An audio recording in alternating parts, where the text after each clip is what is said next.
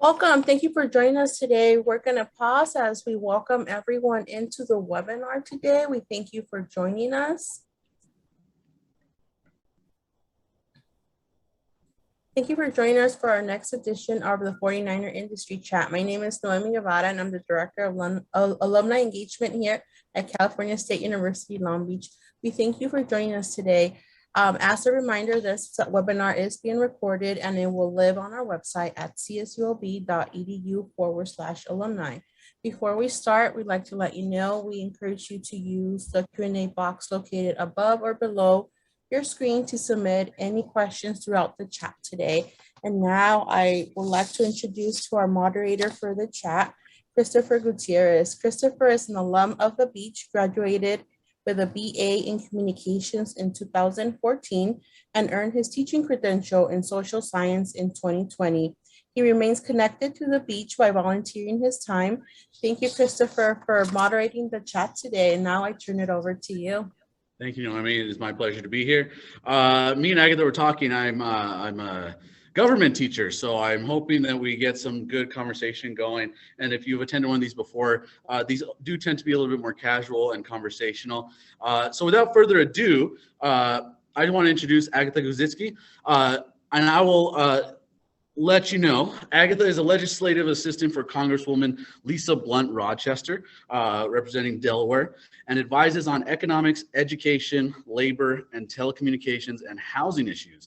As a first-generation American and Pell Grant recipient, she graduated from CSULB with her BS in Business Administration and later attained her MS in Education from the University of Pennsylvania. Agatha is a former 12th grade pre-calc and calculus teacher, so shout out to all the teachers out there. And she previously worked in the U.S. Senate. Please join me in welcoming our 49er industry host, Agatha. Agatha, welcome. Thank you. It's a pleasure to be here, and thank you for everyone who's in attendance today. I'm really excited to engage with you all in this conversation. Yeah, and Agatha, I'm super excited to have this conversation. Like I mentioned, I teach government, and so I'm hoping there might be some crossover for just our industry and what we discussed. But we were talking beforehand. I think normally the way I always want to know and I always want to ask and talk and discuss is take us to the beginning over at Long Beach State. You know, I love talking to our industry experts because it's always starting from the bottom and now they're here, you know what I mean? So it's really nice. So I don't know if you want to reflect and tell us a little bit about your experience at CSULB, what you're involved in, stuff like that. Yeah, for sure. So thanks again for having me today. It's really a pleasure and an honor to be back virtually at the Beach and to engage with you all today. So yeah, when I first came to Cal State Long Beach, I knew I wanted to study business. I was in high school involved in like community service and leadership, and actually did improv, which is like a fun fact about me, which is maybe why I like enjoy public speaking. It's like the theater background. But I really knew I wanted to do business because of that leadership experience. And in my vision, I was like, I'm going to go start my own nonprofit and be a leader of a nonprofit. And what better place to start than to study business? And I had three goals when I was coming in. One was to get into the honors program. Another one was to do some sort of community service organization. And the last one was to do student government. And I came in and like Christopher said, I am a first generation American and first generation college graduate, Pell Grant recipient. So, you know, I'm also just like kind of lost. I'm like not really sure how you're supposed to do this college thing. And I was like, but I want to just do it all. I'm just going to like go approach all the strangers and just, you know, shoot for the stars, you know.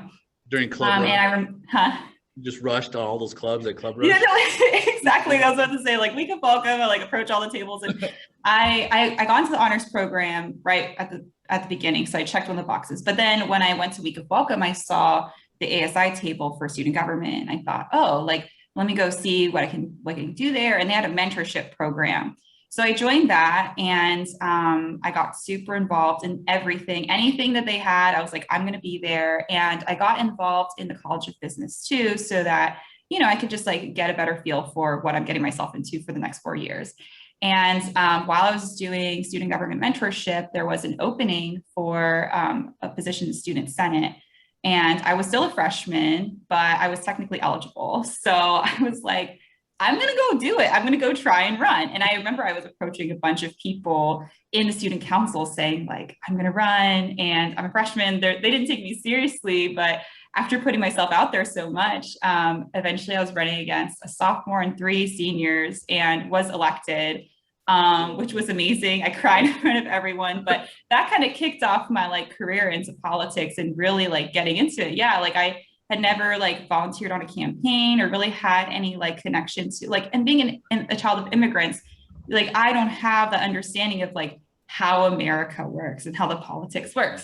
So I did that. And then I ran again for office and was reelected. And then what better experience running a campaign than running your campaign? Yeah, I mean, running a campaign is it's really interesting. So when I was initially running, it was a special election. So I was only elected by the student council. So that's why I only like campaigned to the student council and to org representatives. But when you run for a bigger campaign, you know, you're making signs of yourself and you're posting them all over the campus.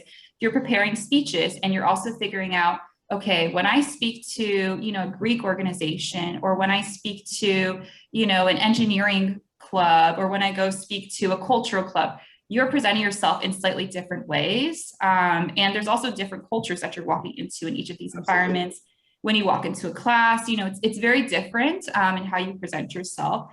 And it's also like kind of like a self-discovery, because it's like, why am I running? What makes me different? What makes me a good candidate? And what ideas do I have that's really going to take us beyond the status quo?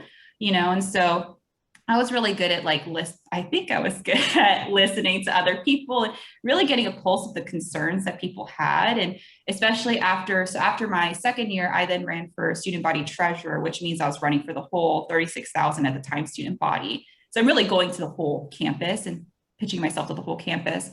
And so, you know, it's even more important to like really step outside of your comfort zone and understand what the various issues are, and shadowing the person that was in my position before me to understand too, like what were some of the things that he was doing, what was his legacy, and then what was my vision. Like, I think that's so important when you're like running for a position, is like, what's my vision, you know, because I don't like, if you don't have a vision, then your campaign kind of falls flat, because you want to be excited for your vision, because if you're not excited, people won't be excited with you.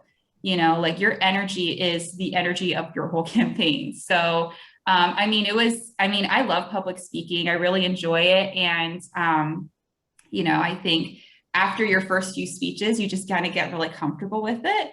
But yeah, I mean, in the 3-week campaign that I did when I ran for treasurer, I think I lost like 15 or 20 pounds. It's like insane, because you just going from classroom to classroom to club, and you're going from like 9 a.m. to like 9 p.m. doing speeches. So, and putting yourself like out there. Yeah, right. And people will publicly criticize you too. Like the newspaper will like put out their opinions of you and that kind of stuff. And so it is a lot of pressure. And it's also, you know, a lot of like doubt of like, people don't believe in you. And especially being a woman, and especially like, I am also like someone who comes from like a traumatic background from my household, not being a very stable household.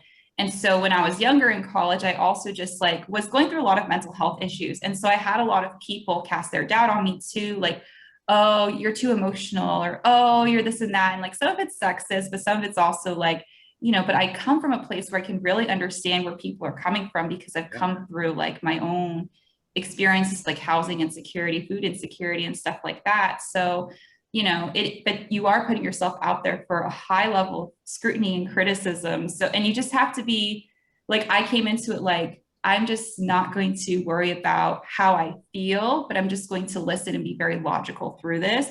And then I might cry when it's all over, but I got across the finish line first, you know? So It's definitely a mindset shift. And it's a lot of like, you know, your competitive side really comes out, because in the end, it's like, I got to get the most votes. So it's very interesting for sure. I appreciate you mentioning mental health. In fact, I hope we can come around and back to that, because working on the Hill, there's certainly a lot of pressure and expectation, but we are getting a couple of questions I wanted to share really quick, but I will kind of summarize kind of what we mentioned. So if we have students who are listening, please, please, please, I encourage you to get involved.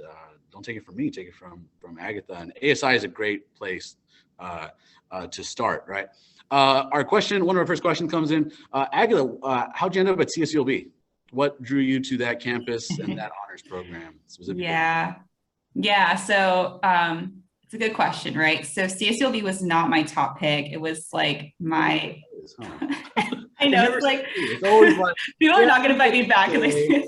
But honestly, though, it was not my top pick. I really wanted to go to, UC campus. But like I alluded to earlier, I did come from a pretty dysfunctional household. There was abuse and stuff in my household that I grew up in. And I just wasn't able, I was in AP honors classes and I was really devoted to my education. But unfortunately, with all circumstances going on at home, with the mental health issues I was struggling with, but then also just the expectations of me having to play a certain role in the household, I just wasn't able to focus on my studies as much as I would have liked to.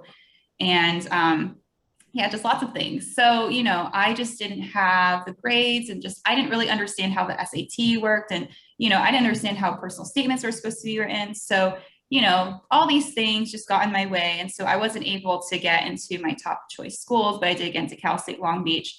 But it ended up being the greatest thing because I came in, I was like, I'm going to make the most of this anyways. It's a mindset. And I feel like faculty and other support staff on campus are really so thoughtful of, because Cal State Long Beach does serve a lot of families that are from lower income or middle income that are Pell Grant recipients, are first child or first in their family to go to college, first generation Americans. They're more cognizant of that. And so I think that really allowed me to thrive in the environment because of all those supports that existed on campus. So, it's this is not always an appropriate thing to say, but in this circumstance it was everything happens for a reason, that it wasn't my vision, but it ended up being I just thrived so much and I got so much great experience out of it that I might not have in other college campuses. So I'm very grateful. And I've now gone to an Ivy League for my master's and I'm still Cal State Long Beach is the best.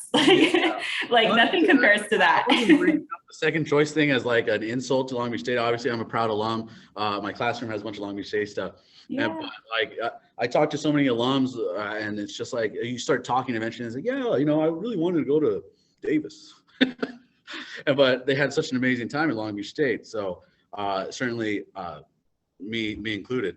One of the questions I'm getting is, obviously you fell into student government, but before you ended up in working in government, or maybe you can clear this up. How'd you end up teaching? What was that pit stop? Oh yeah. Okay. So, this is interesting. So, right, while I was studying business all of undergrad, and while I was doing that, I was also really involved in student government. I was doing all this advocacy for higher ed and improving the quality and affordability of higher ed in the state of California. And I just got really into that. And so I was doing both. I was really focused in my business studies, but also really focused in advocacy. And in my advocacy work, there was one organization that I just really loved. I was just fangirling over the Public Policy Institute of California. And so a whole, I don't know, 2 years before I was graduating, I looked up their internship and I applied for their internship. And I applied. I ended up testifying at the California State Senate on a scholarship issue.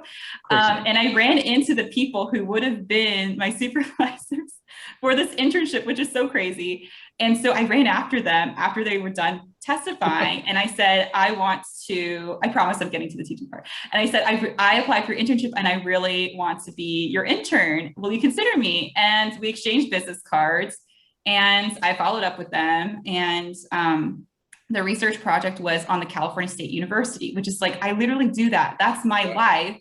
And it was the stars aligned. I did this internship. And while I was there, I was wow, I really want to do this. Be a researcher and think about policy. And while I was doing that, I was also I feel I should get some teaching experience too, because I was really into ed policy. And I was how can I implement policy or have an opinion of policy without having that practicality as well of understanding what it's on the ground And so I thought, well, I need to diversify my experiences. So I had that research and I was like, I'm going to go be in a classroom. And so then I did Teach for America, and I was placed in Philadelphia, and I got my master's while I was teaching out there. But that's how I did it. And I was very fortunate that I really wanted to be a calculus teacher because I'm weird and I love math. I really want to be a calculus teacher. Somebody's got to do it, Agatha. Somebody's got to teach calculus. I know. And I was placed in this school. I mean, there's a reason why no one wanted to teach the senior year class, because it was just no one supported us. But I ended interviewing for this school. I mean, it's better now, but downstairs pretty bad. I interviewed for this school, and they hired me to be a 12th grade pre-calculus teacher. And they also told me, we don't have a calculus teacher, but we think we're going to give, it was only 5 students who were ahead of everyone else. They said, oh, we're going to probably give them to like teach or tutor 7th grade math. And I said, I will teach them, give them to me. And eventually they did, like the day before school started. So that's how I ended up being a 12th grade pre-calc and calc teacher. But it was through Teach for America. Okay, wonderful. That's what I was wondering. But the original opportunity came from, you said, Public Policy Institute of America when you were testifying, right? And yeah, it's just like, it's like a bunch of like, just, you know, I think when you really just chase after things that interest you, more and more doors open based on your interests, right? You follow your interests, and more doors open based on your interests. So yeah, I think I actually applied for TFA before I did the Public Policy Institute of California, but it like really helped solidify it for me. So yeah, well, thanks for clarifying. And so just to be clear, you taught in Pennsylvania. Yes. Keystone State. Yes. So quick sidebar, Wawa, or what's the other one? Sheets? No. Sheets, Wawa, all the way. Okay, there you go. For all our Keystone State fans. Someone asked a good question. They mentioned you're very honest and open about your past trauma and your experience. How do you feel like that? In what ways did that impact your career trajectory, your opportunities? Yeah. In some ways, was there any sort of, I don't know, spin, or in some ways, does that make sense? Yeah. So, I mean, I am very open, not in like my workplace. I don't go tell my like sob stories, of course, but, you know, my personal life, I'm very open about this. And when I do like mentorship or when I do speeches like this, I'm very open because I think, you know, like, even this role right now, it's like, I do get that, you know, imposter syndrome. And I've definitely had some severe spotlight effect when I first came to the Hill, because I just felt like I was constantly judged, because I was, to be honest. I just like came out of nowhere, came to the Hill. But, you know, I think that it's so important to me that I talk about it, and also that it's always not front of mind, but it's something I constantly think about, because policy can either create bridges for people or can really destroy people's lives. Like, and we see it so much with the COVID-19 pandemic, how we saw it taken seriously or not, how, you know, we had a severe shortages of masks and ventilators and gowns and things that people needed for the healthcare system to function, just because the president refused to implement the Defense Production Act. Or even more recently with the eviction moratorium, there was a 2-day lapse because politics, right? But that really, like, when you think about how, like, what if I was not, like, now I'm in a privileged position, now I'm part of the middle class, and I think about, what if I wasn't, like, what if I was still in college working 3 jobs at a time, and COVID happened and I lost all my jobs? How would I pay my rent? Because I paid my own rent, I had no safety net for my family. How would I have done that? And I think it's important to not lose sight of, for me, like, I don't lose sight of where I come from, because policy is personal. I am careful not to make it like, this was my story, so this is everyone's story. But this is why policy is so important. This is why I don't get jaded in my job. It's like, this matters. This is really changing people's lives. And I think about how policy could have made my life a lot better, or how policy existed to have made my life better, but I failed to have been captured in the system to help me. You know, and I reflect on that a lot, of how policy has helped me, how policy has failed me, how policy failed to reach me. And, you know, that's people are living that right now. And that's just my past, but people are living that right now. And so I feel this connectedness to really make a difference in people's lives. And it's just like, yeah, it's literally just words on paper, but it really makes a difference in people's lives. So it matters. And that's what fuels me to keep going every day. That's what motivates me. That's awesome. I really, I teach government, obviously, so we talk a lot about policy, and it is oftentimes a struggle taking something so abstract and maybe sometimes feels very distant and making it concrete. So I really like the way you said that. A couple of questions coming in. People want to know. So Agatha goes to the Hill. What is the day-to-day? What's the day-to-day like? Okay, whenever someone asks me this, I'm like, I don't have a day-to-day. Like, it's so different every day. Like, and, in high-paced jobs, I feel like this is true for anyone, but, you come in, your to-do list has like a certain set of things, and you walk out of your day and you're like, I didn't do any of those things because there were all these fire drills that came up. But my day can really vary between, the obvious of like, meeting with constituents, hearing their concerns, or when people write in, and if there's something like serious that can be addressed in policy, or it can be like negotiating. Like there is the budget reconciliation process for the American Families Plan, the American Jobs Plan that's happening right now. And I'm in conversations negotiating like, okay, we really want this proposal to be in there, or like, we know this proposal is going to be in here, but we want to negotiate these parts of the proposal. And that's a big part of my job right now with all of the packages going on. Or it can be drafting legislation. It could also be writing letters to government agencies to ask them to do, because there's things we can do legislatively, but then there's some things that we can't do legislatively. It's up to the executive branch to do. So we can also write letters to the executive branch saying, we're hearing these concerns from constituents. We want you to address it. And so sometimes we'll be whipping people to co-sign our letters, or it could even be to congressional leadership for bigger issues. But, or like tomorrow, I'm going to Delaware to go tour a bunch of manufacturing firms.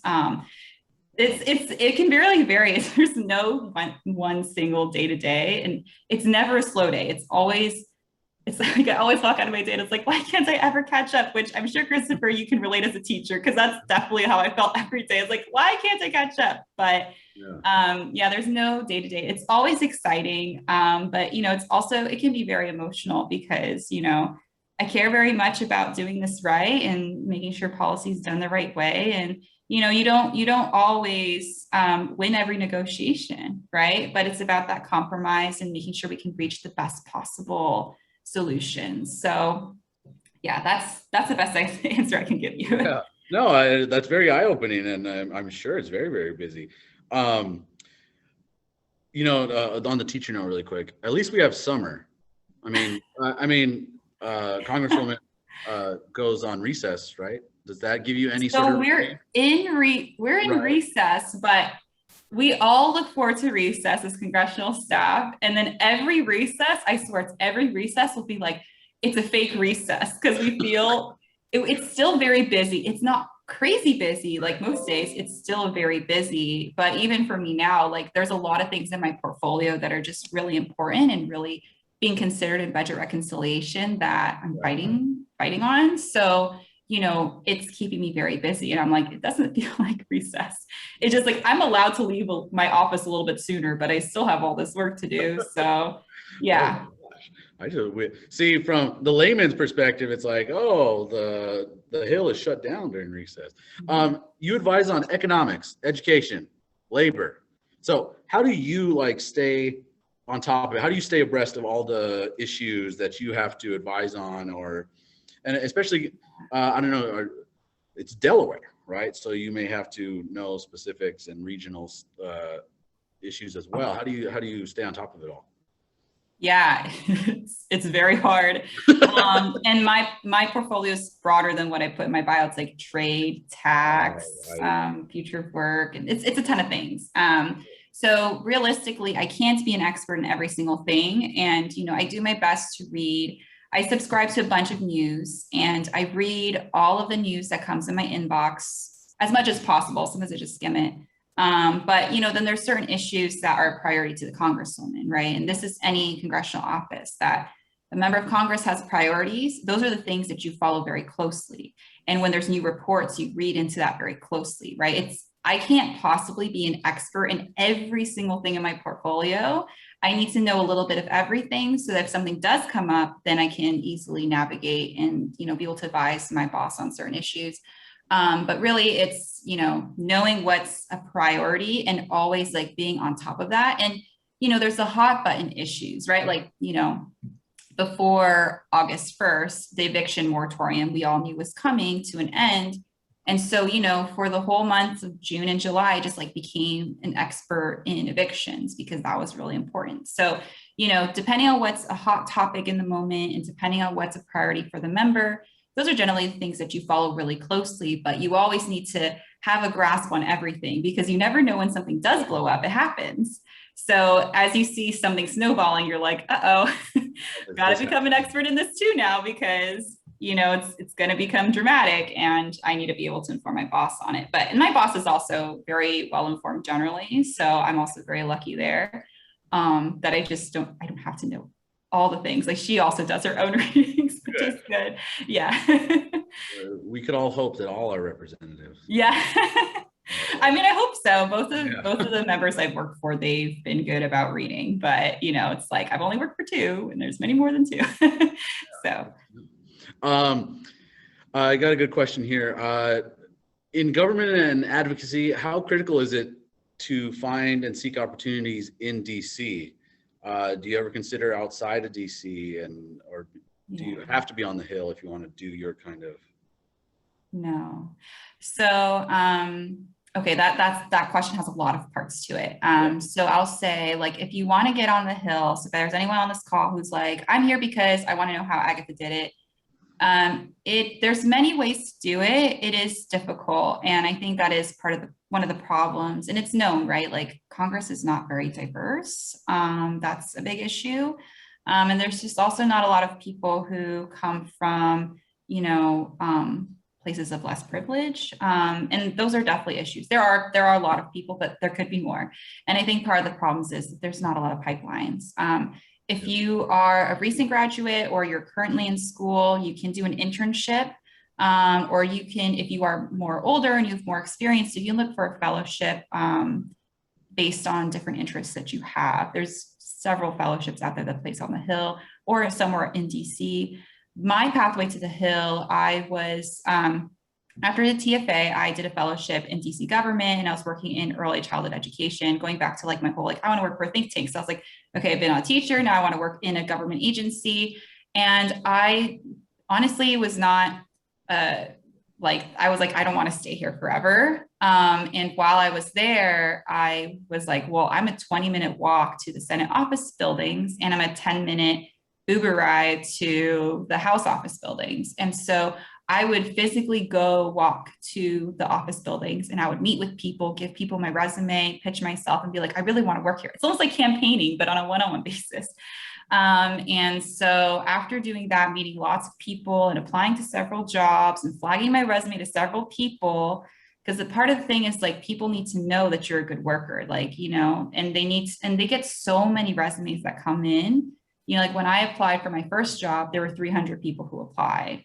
And how are they going to find my one resume, right? Like they don't have time to go through all the resumes. So it's important that someone can flag your resume. So I made myself known by networking with so many people and eventually I got my first job. So that's another way to do it. If anyone on this Zoom chat wants to, talk more about that, you can reach out to me on LinkedIn and I'm happy to walk that through with you. And in terms of like other, there's plenty of think tanks in DC. There's tons of nonprofits. Obviously there's lobbying firms, which, that's a whole thing. And then, there's also advocacy outside of DC, like it doesn't have to be DC. And really depending on your interests, DC could be a great place or it might not be so great. When I came to DC, I was obviously interested in ed policy. Ed policy is very limited in Congress. It's about funding and Pell Grants and, loans. It's so limited on what, Congress can do with higher ed policy. And even childcare, there's a lot more, but even then there's just not a lot out there if you're really into ed policy. So you might want to do state government, but really thinking about what areas you're interested in, you might think about, well, maybe there's more power in local government or there's more power in state government. Federal government is not the end all be all. Congress is not the end all be all. I just was like near the Hill and I was like, let me just do it because I'm here and why not? I was just like, the stars aligned. So why not do it? But Can I follow this train of Yeah, thought? go ahead. So you have a personal interest, you can always extend and find a lobby or some kind of line of thought to policy. Is that fair to say? Personal Wait. passion projects, and you can always build on top of that and follow that pathway to. Yeah. And I think, you know, I'm very much like, I've just been very, very lucky. Like, I'm very lucky that, you know, first of all, that I've even come out of my traumatic experience, like being as strong as I am and being able to navigate the system and be able to use these challenges as my strengths. So there's that, but I'm also so lucky that every time I like went for something, I've, you know, been able to get it. I'm very, very, very, very lucky, you know, but I think that because I've always been like, I just know in my gut what's next. You know, I just feel, you know, like I really like, I just want to make an impact. I'm so driven by my impact and not by money. I'm not driven by salary. I'm not driven by power. And so everywhere I go, I'm like, I'm doing this because I want to, and I know it'll be impactful. And if it's not impactful, I'll go to the next thing, you know, and always everywhere I go, I'm trying to make the best impact possible and do the best job I possibly can. And so, you know, but yeah, it's like, it all aligns with my passions and what I've ended up to do. Yeah, I see. Good question coming in here. Soft skills. What are like the kind of your bread and butter soft skills that like people can hone during undergrad and all that? What soft skills would you say you use the most? Yeah, okay. I think there's so many. I think like in my specific job, being a really good writer and enjoying reading are very important. I know that's not really a soft skill. What is it? Kind of is. It's like in between. But being a good writer, being a good reader, you know, but you know, depending on your skills, you can really go anywhere. I think another thing is like networking and creating a network off of campus. I think there's a lot of students that just get very comfortable on campus and don't explore off-campus opportunities or off-campus networks, but those off-campus networks are really important. And yeah, the people on campus can help connect you to those people. So utilize them as resources like your professors and other staff that are mentors to you. But you really should be networking beyond. If you can, do an internship based on things you're interested in. Because maybe you'll do an internship and be like, I'm not interested in that at all. Let me try something else. That's your time to give it a chance, especially if you can find a paid one that's more realistic for most students. Yeah, and I think another thing is, you know, like I said earlier, it's just like I had some mental health challenges coming from a traumatic home. And, you know, when you come to college, it's like you just come from being 18, like from your family. So you're very fresh with it. One, like if you need counseling, it's okay. Go see counseling. I think I took too long to do it, but I'm glad I did at some point. But another thing is like, knowing, like just overcoming your self-doubt, like coming into a room and you can hear your negative thoughts, but just go for it. Like my mindset a lot of times is I didn't come this far to just come this far. And I think anyone can come with their own motto that really resonates with them. That's what resonates with me. And whenever I'm like, should I do it? And it's like, well, I didn't come this far to just come this far, you know, and having that confidence, or at least faking that confidence without becoming arrogant, I think it's really important, overcoming that self-doubt, because there's people who tell you positive things. And I think like repeating those positive things people have told you in your head, hear those voices on repeat in your head will really help you. So I think those are some of the soft skills, is just like that confidence, that networking, and just like knowing what skills are important in your industry and really focusing on those things. And if you don't know what those are, go network with people and ask them, what are the skills in this industry that I need to be really good at, and hone in on those while you still can.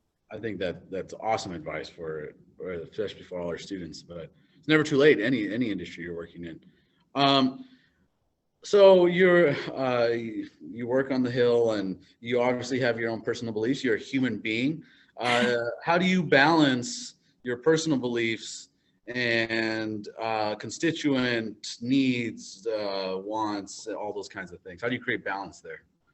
You know, when you don't work on the Hill, or even, you know, I do work on the Hill, but I don't work on every issue, right? And you look at some issues and it's like, yeah, that's so crazy. Some people believe that, or some people push for that.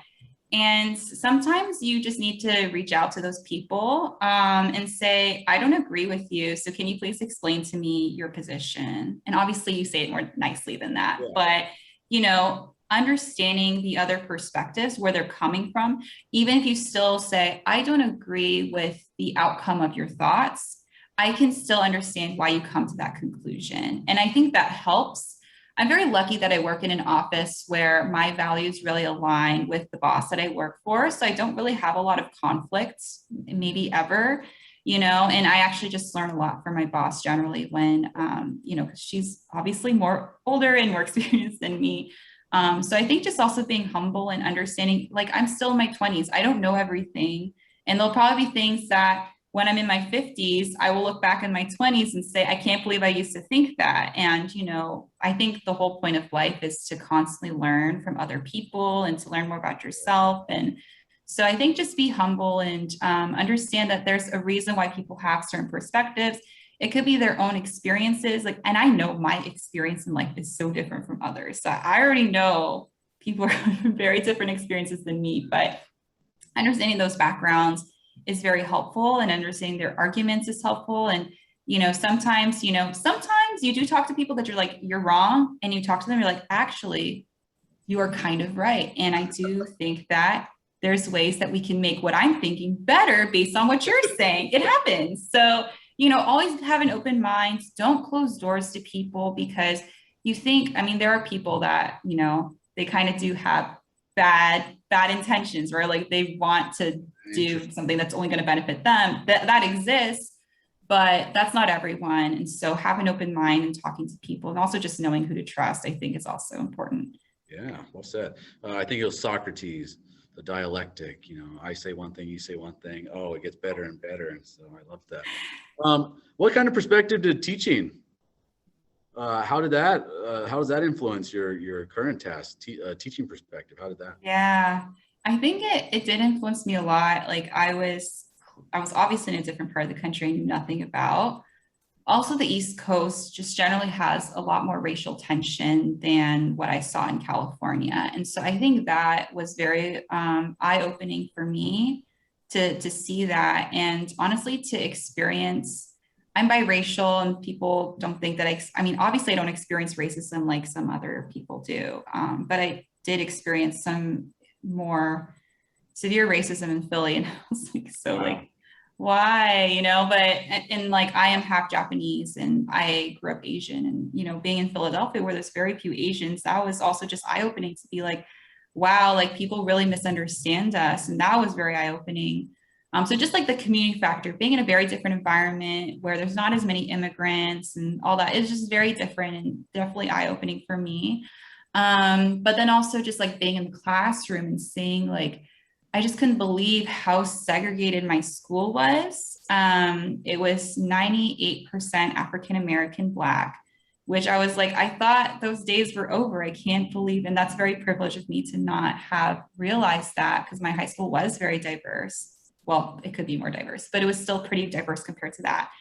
And so understanding like how much racial history has continued to live on, and how much redlining I saw in Philadelphia was just blew me away. And the lack of resources provided to the school. I think the nearby city to Philadelphia, the per capita funding for students was double than Philadelphia. And, it's like, where's the equity? That nearby city had very wealthy families, whereas Philadelphia students going to public schools tend to be lower income families.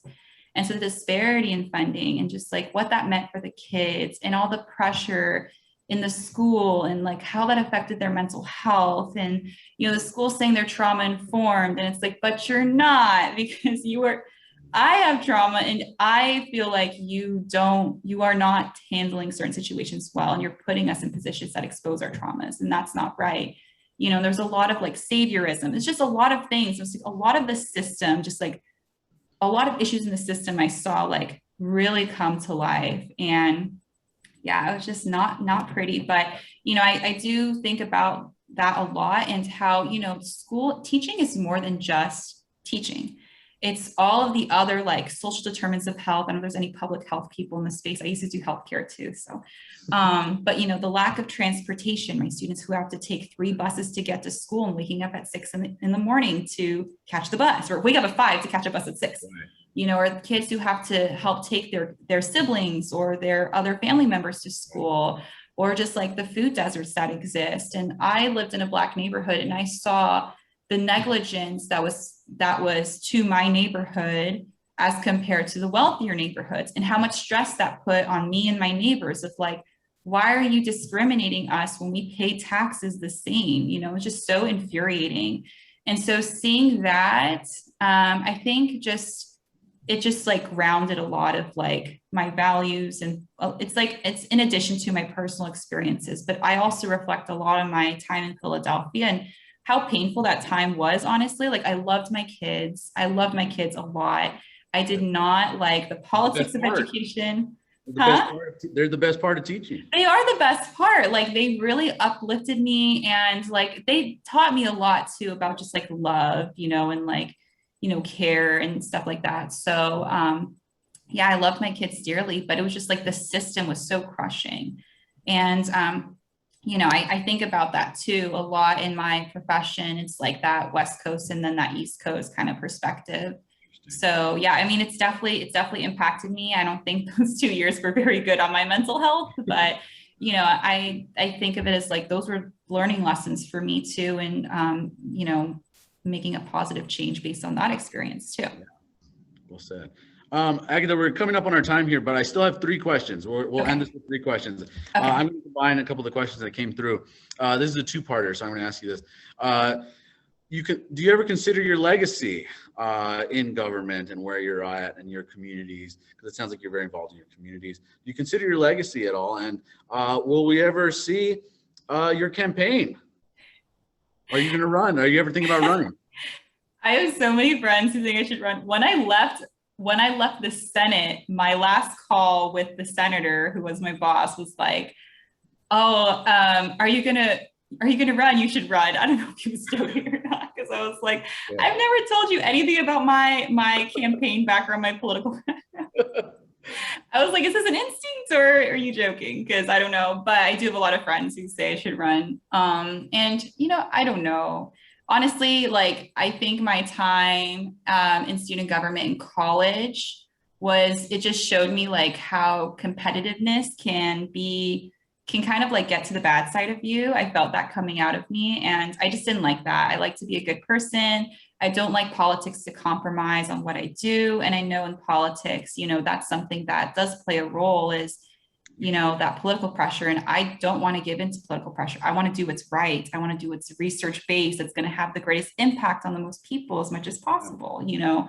So, you know, it's something that I know is always a door that could open, but it's not something that's like in my plan. Got it. To your first question about legacy, is that part of your legacy? Yeah, I was like, that's the easy question. So let me get to that one first. So legacy, I mean, yeah, I think whenever you go into a job, I don't come into a job with my intention of, I'm going to create a legacy, but I do come into my job saying, I'm going to do the best I can, and I'm going to learn everything the best I can. And I'm not okay with not knowing what I'm doing. I mean, it happens, right? Every time you're new in a job, you start off, you're like, what am I doing?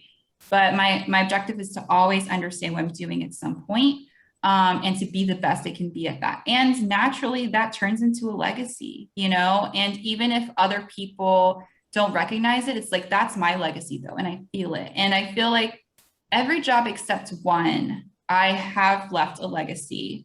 And I feel like now I almost feel like I can't leave a job until I've created a legacy. Until you leave your imprint. Right. Yeah. But I think if you always do the best you can and you really put your passion in the work that you're doing, you will leave a legacy. Like, it's just going to naturally happen. Right. Well, Agatha, you have my vote, and it looks like people in the chat, it looks like you have their vote too. You do need to get the Sheets vote again. So Wawa versus Sheets, that's a delicate balance.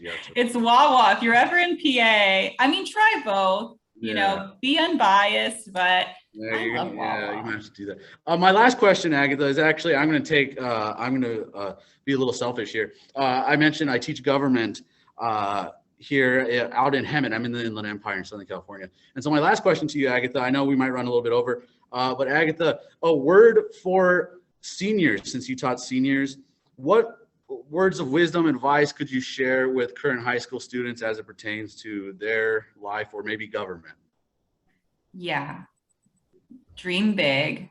That's my biggest thing, is dream big and go for it. Like, there's another saying I like to think about a lot, is like, jump first, think later, you know, like really go after the things that you really want to do. Like I said, when I came to college, I had 3 goals. I accomplished all of them by my junior year, you know, and I thought it was all going to be done my senior year, right? So really dream big, go for it. You know, don't, like, if you go for something, you might be embarrassed, but what's worse is regret.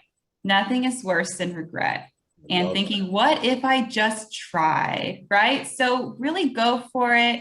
Don't be afraid. And even when you embarrass yourself, I definitely embarrass myself so many times. I think to the point where I don't even feel embarrassment, but I always learn from it. You know, anytime you fail, it's a learning experience, and people are so afraid to fail, but it's like, but that's your barrier to succeed and going after your dreams. So I love really, really go big. Like, you know, don't let anything anyone's told you, whether it's your family or friends, if there's any negativity, don't listen to it. Listen to yourself. Like, you know what you want to do. So go after it. And then if you realize you're wrong, you can change it. You know, there's so much life ahead of you when you're 18. Like, you have like what, 60, 70 years to live after that? Like, yeah, it's not the end of the world. So a hard concept for our students, but Agatha, I'm gonna have to put that up. I'm gonna quote you on my wall. If you don't know, I'm coming from my classroom. I'm gonna put what was it? Regret is worse than embarrassment. Is that? Sorry. Nothing's worse than regret, or I mean, I don't know. This is recorded, so you can look back. Yeah, it's true. I can go back, of course. Well, Agatha, we're coming up on time. I just want to say on behalf of all our alums, and thank you for sharing your insight into your industry, your perspective. It's been a real pleasure, and maybe we could do this again sometime. Yeah, I'd love to. It's really been an honor to be here with you today, and thanks for everyone who came today. I hope that my advice was helpful or informative wherever you are in your journey. And like I said, if you want to connect on LinkedIn to kind of follow up on anything I said today, I love mentorship. Like, I think that's so important for people. So don't be afraid. Like I said, don't be afraid. Go for it. So please reach out. I'm more than happy to connect with anyone. So thanks again. It's really an honor to be here and to be back at the beach.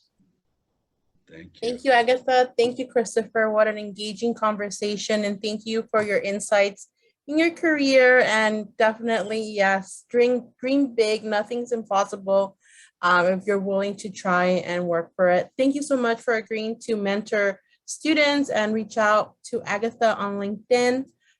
Thank you, everyone, for attending. Please follow us on social media or visit our website to learn about programs like this. Thank you so much for joining us. Thank you.